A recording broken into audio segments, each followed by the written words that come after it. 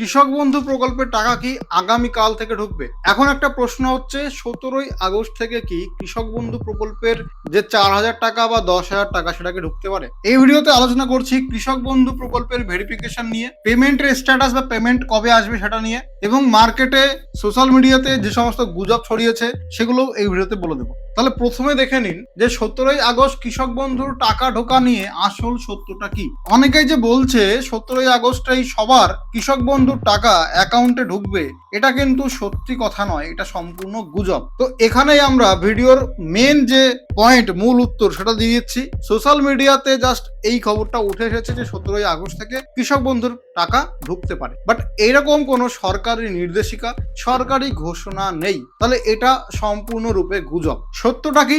17ই August টাকা ঢোকার একটা সম্ভাব্য আপডেটের সময় মাত্র, এটা চূড়ান্ত পেমেন্টের তারিখ নয়, এটা সরকারি ঘোষণা নয়। ভেরিফিকেশন সম্পূর্ণ হওয়া এবং নতুন তালিকা তৈরি করার পর সরকারি নির্দেশিকা বা সরকারি ঘোষণা এলে তবেই টাকা ছাড়ার প্রক্রিয়া শুরু হবে। তাহলে যা হবে সরকারি অফিসিয়াল ঘোষণার পরেই হবে। এখনো পর্যন্ত সরকারের পক্ষ থেকে কৃষক বন্ধু প্রকল্প নিয়ে টাকা ছাড়ার কোনো ঘোষণা নেই। বর্তমানে ভেরিফিকেশনের কাজ চলছে। নমস্কার বন্ধুরা, আমি আদি, তোমরা দেখছো ওয়েস্ট বেঙ্গল তথ্য ইউটিউব চ্যানেল। চ্যানেলটিকে সাবস্ক্রাইব করে রাখো এরকম জেনুইন তথ্য সবার আগে পাওয়ার জন্য, এবং সঙ্গে সঙ্গে আমাদের ফেসবুক পেজটিও ফলো করে রাখো। কৃষক বন্ধু প্রকল্পে কত টাকা করে পেতে পারেন? যাদের 1 একরের কম জমি তারা বছরে 4,000 টাকা করে পাবেন, মোট দুটো কিস্তিতে, অর্থাৎ 2,000 টাকা, এবং তারপরে দ্বিতীয় কিস্তি 2,000 টাকা। এরকম দুটো কিস্তিতে 4,000 টাকা পাবেন যাদের 1 একরের কম জমি। যাদের 1 একর বা তার বেশি জমি, 1 একর জমি হলেও বা তার বেশি জমি হলেও বছরে আপনি 10,000 টাকা করে পাবেন,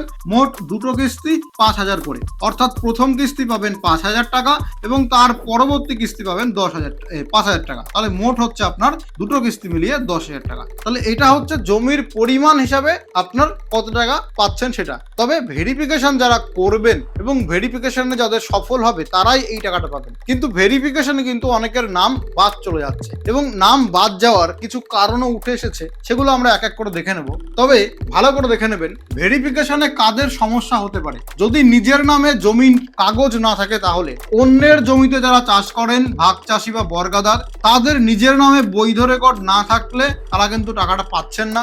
এছাড়া নিজের নামে জমির রেকর্ড যদি সঠিকভাবে আপডেট করে ভেরিফিকেশন ফর্মের সঙ্গে জমা দেন, তাহলে এই প্রকল্পের টাকাটা পাচ্ছেন। একই জমিতে একাধিক নাম, একই রেকর্ডে পরিবারের একাধিক ব্যক্তির সুবিধা নিলে, অর্থাৎ মনে করুন 1 বিঘা জমিতে 2 ভাই বা 3 ভাই অ্যাপ্লাই করেছে, তাহলে সবাই এই সুবিধা পাবে না, শুধুমাত্র একজন পাবে, বাদ বাকি ডুপ্লিকেট ভোটার গুলো বাদ হয়ে যাবে। তাহলে কার নাম কৃষক বন্ধুতে রয়েছে তা ব্লক অফিসে গিয়ে জেনে আসবেন। এছাড়া নামের বানানে অমিল, আধার কার্ড, ভোটার কার্ড এবং জমির রেকর্ডে নামের বানান এক এক রকম রয়েছে, সেক্ষেত্রে ভেরিফিকেশনে সমস্যা হতে পারে। কি করতে হবে?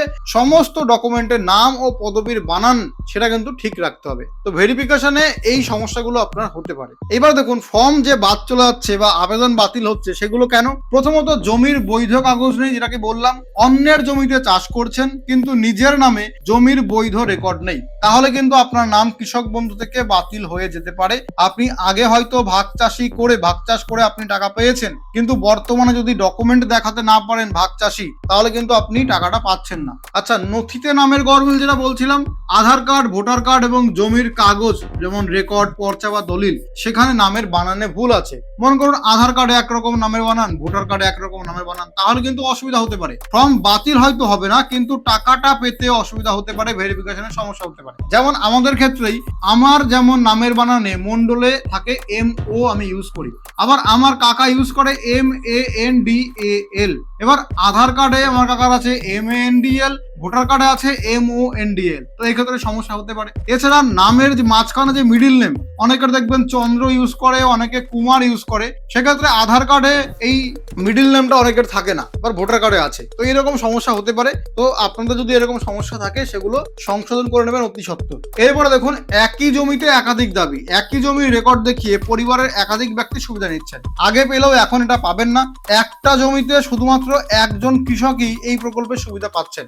একই একই জমিতে যদি দুজন আবেদন করেন তাহলে প্রথম যে আবেদন করছেন তারটা ভ্যালিড থাকবে সম্ভবত, আর পরবর্তী আবেদন সেগুলো ডুপ্লিকেট আবেদন হবে, সেগুলো বাতিল হয়ে যাবে। এরপরে কৃষকের মৃত্যু, যে কৃষক বন্ধু সে যদি মারা যায় তাহলে পরিবারের যে উত্তরাধিকার আছে সে যদি ওয়ারিশন সার্টিফিকেট জমা দেয় তাহলে কৃষক বন্ধু চালু থাকবে এবং যে জমা দেবে ডকুমেন্ট, যে উত্তরাধিকার তার নামে কৃষক বন্ধু ট্রান্সফার হয়ে যেতে পারে। কিন্তু যদি কৃষক মারা যাওয়ার পরে উত্তরাধিকার যে সে যদি ওয়ারিশন সার্টিফিকেট জমা না দিয়ে থাকে তাহলেও কৃষক বন্ধু বাতিল হয়ে যেতে পারে। এমন অনেক কৃষক আছেন যারা টাকা পেতেন কিন্তু রিসেন্টলি মারা গেছেন, তো তাদের পরিবারের কেউ যদি সেই ওয়ারিশন সার্টিফিকেট জমা দেয় তাহলে কৃষক বন্ধু চালু থাকছে এবং যার নামে জমি থাকবে পরবর্তীতে সে পাবে। আর না হলে ওয়ারিশন সার্টিফিকেট জমা না দিলে সেই কৃষক বন্ধু সে বাদ চলে যাবে, তার নাম আর ফাইনাল লিস্টে উঠবে না, সে আর টাকাটা পাবে না। দ্বিতীয়ত ভোটার তালিকায় নাম নেই। আপনারা জানেন যে এসআইআর হয়েছিল, যেটা হচ্ছে 2026-এ এসআইআর এর ফাইনাল ভোটার লিস্ট পাবলিশ হয়েছে। এবার এই ভোটার লিস্টে যদি নাম না থাকে তাহলে আপনি ভারতীয় নাগরিক নন, তাহলে আপনি টাকাটা পাচ্ছেন না। কিন্তু এক্ষেত্রে ব্যতিক্রম হচ্ছে, যদি আপনি ট্রাইব্যুনালে অ্যাপ্লাই করেন, আপনার মামলা নিষ্পত্তি হয়নি, পেন্ডিং এ আছে, তাহলে যতদিন পেন্ডিং এ থাকবে এই টাকাটা ঢুকতে থাকবে। কিন্তু পেন্ডিং এর পরে যদি রেজাল্ট আসে এবং সেখানে যদি রিজেক্টেড দেখায়, যার মানে ট্রাইব্যুনালে অ্যাপ্লাই করার পরে আপনাকে বাতিল করা হয়েছে, আপনাকে ভারতীয় নাগরিকত্ব দেওয়া হয়নি, তাহলে আপনি টাকাটা পাবেন না। কিন্তু ট্রাইব্যুনালে অ্যাপ্লাই করার পরে মামলা নিষ্পত্তি হলো এবং আপনাকে সাকসেস করে দিল, ভারতীয় নাগরিকত্ব দিয়ে দিল, তাহলে এই প্রকল্পের টাকাটা আপনি পেতে থাকছেন। তাহলে ডিপেন্ড করছে যে ট্রাইব্যুনালের রেজাল্ট কি আসবে। আর সব থেকে বড় কথা, ভারতীয় নাগরিক হলে তবেই আপনি টাকাটা পাচ্ছেন, না হলে কিন্তু পাচ্ছেন না। তাহলে এরপরে আমরা আরো বেশ কিছু জিনিস দেখবো, ইম্পর্টেন্ট জিনিস। সেটা হচ্ছে কৃষক বন্ধু প্রকল্প রাজ্যের আর পিএম কিষাণ প্রকল্প হচ্ছে কেন্দ্রের। তাহলে কৃষক বন্ধু এবং পিএম কিষাণ একই জমিতে সম্ভবত পাওয়া যাবে না, এটা আমরা সম্ভবত বলছি, আরো নির্দেশিকা আসলে আমরা ক্লিয়ার হব। তাহলে একই জমিতে যদি আপনি আগে কৃষক বন্ধু এবং পিএম কিষাণ দুটো প্রকল্পের টাকা একসঙ্গে পেতেন, বর্তমানে সম্ভবত পাবেন না, আর যে কোনো একটা প্রকল্পই নিতে হবে। তাহলে সেক্ষেত্রে আপনি যদি প্রশ্ন করেন আমি কৃষক বন্ধু নেব নাকি পিএম কিষাণ নেব, আমি বলবো পিএম কিষাণ চালু রাখুন, কৃষক বন্ধু ওই জমিতে বন্ধ করে দিন। কারণ পিএম কিষাণ হচ্ছে প্রধানমন্ত্রী নরেন্দ্র মোদীর মানে কেন্দ্র সরকারের প্রকল্প। এরপরে কৃষক বন্ধু প্রকল্পে যে পায় সে প্রতিবন্ধী ভাতা পাবে কিনা, অবশ্যই কৃষক বন্ধু পেলেও প্রতিবন্ধী ভাতার যে 1500 টাকা সেটাও পাবেন এবং সেটা সম্ভবত অ্যালাউ করা হচ্ছে সরকারের পক্ষ থেকে। এরপরে কৃষক বন্ধু পেলে যুব শক্তি বা অন্নপূর্ণা পাবেন কিনা, সম্ভবত পাবেন না। ঠিক আছে, তাহলে কৃষক বন্ধু তার সঙ্গে যুব শক্তি অথবা কৃষক বন্ধু আর অন্নপূর্ণা সম্ভবত একসঙ্গে পাবেন না। তাহলে এই যে প্রকল্পগুলো নিয়ে আশা করি আপনাদের ডাউট আমি ক্লিয়ার করে দিয়েছি। তাহলে পেমেন্ট আসতে যদি আপনার দেরি হয় তাহলে আপনি কি করতে পারেন, প্রথমত আপনার ব্যাংক অ্যাকাউন্টটা নিয়মিত চেক করবেন, ব্যাংকের ব্যালেন্স চেক করবেন, এসএমএস এর জন্য বসে থাকবেন না, ট্রানজাকশনটা চেক করবেন। ঠিক আছে, ব্যাংকের এসএমএস বা স্টেটমেন্ট দেখতে পারেন, এসএমএস অনেক সময় আসে না, সেক্ষেত্রে স্টেটমেন্ট চেক করুন। একবার দেখে নেবেন আপনার ব্যাংকের ডিবিটি লিংক বা অ্যাক্টিভ আছে কিনা, যাচাই করে নিন। এছাড়া কৃষক বন্ধু প্রকল্পে যে স্ট্যাটাস সেটা পোর্টালে গিয়ে চেক করে নেবেন। আর তারপরেও যদি টাকা না ঢোকে, সবার ঢুকে যাচ্ছে আপনার ঢোকেনি, তাহলে ব্লক অফিস বা কৃষি দপ্তর অফিসে যোগাযোগ করুন। সরকারি টাকা ছাড়ার পরে সব অ্যাকাউন্টে এক মুহূর্তে টাকা আসবে না, ধাপে ধাপে টাকা আসবে, কারোর আগে কারোর পরে। সেক্ষেত্রে কিছুদিন অপেক্ষা করার পরে যদি তাও টাকা না ঢোকে তারপরে আপনি যোগাযোগ করতে পারেন কৃষি দপ্তরে বা ব্লক অফিসে। সেক্ষেত্রে কেন টাকা ঢুকলো না, কি সমস্যা সেটা শুনে আসবেন এবং তার সংশোধন করলে পরবর্তী থেকে টাকাটা ঢুকতে থাকবে। এছাড়া টাকা না ঢোকার বড় একটা কারণ হচ্ছে ডিরেক্ট বেনিফিট ট্রান্সফার বা ডিবিটি অনেকের অ্যাকাউন্টে লিঙ্ক নেই। ব্যাংক অ্যাকাউন্টের সঙ্গে ডিবিটি লিঙ্ক আছে কিনা ব্যাংকে গিয়ে যাচাই করুন বা অনলাইনে বাড়ি বসেও যাচাই করতে পারেন। যদি লিঙ্ক না থাকে অবশ্যই লিঙ্ক করুন, আপনি অনলাইনেও করতে পারেন। যাদের অনলাইনে হবে না তারা ব্যাংকে গিয়ে করবেন এবং সেই ব্যাংকে যেই ব্যাংকে আপনি ডিবিটি অ্যাক্টিভ করলেন সেই ব্যাংকে কেওয়াইসি আপডেট আছে কিনা এবং সেই ব্যাংক ডেবিট ক্রেডিট হয় কিনা, ট্রানজাকশন হয় কিনা সেগুলো জেনে আসবেন। কারণ অনেক ক্ষেত্রে সরকার টাকা ছাড়লেও ব্যাংকের সার্ভারের সমস্যার জন্য